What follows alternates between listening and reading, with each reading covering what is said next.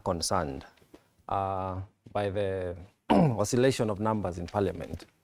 And we know this has come as a result of the dalliance between the political parties, opposition and government.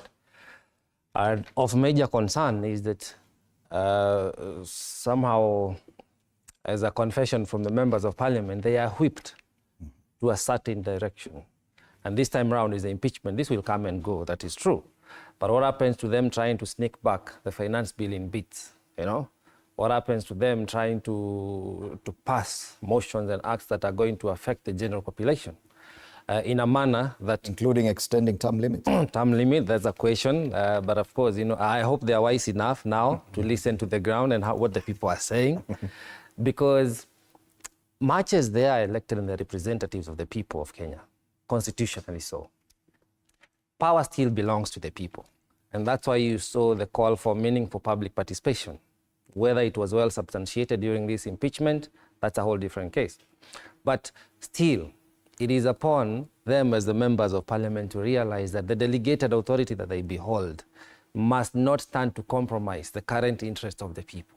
Just because they're in parliament, courtesy of us, the civilians, it does not give them or hold them away from the responsibility of still consulting through the public participation, because any motion, any act, any law, any legislation must be to the interest of the public policy.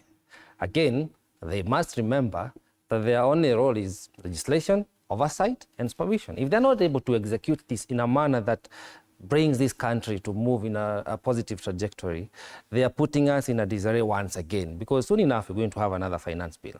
The making of it is in motion.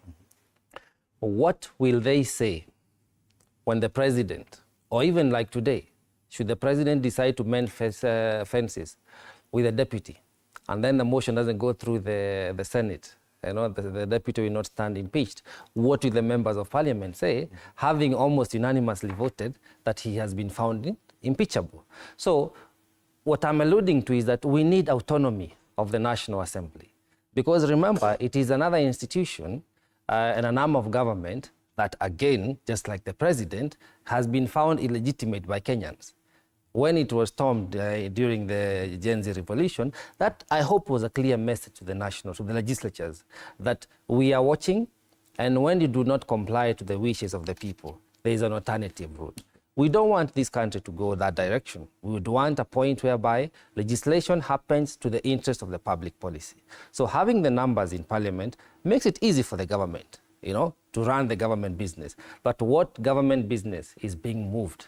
Is it for the people, or is it merely for the political class? Okay. And Bwana Lote, in connection to that, there's the issue of public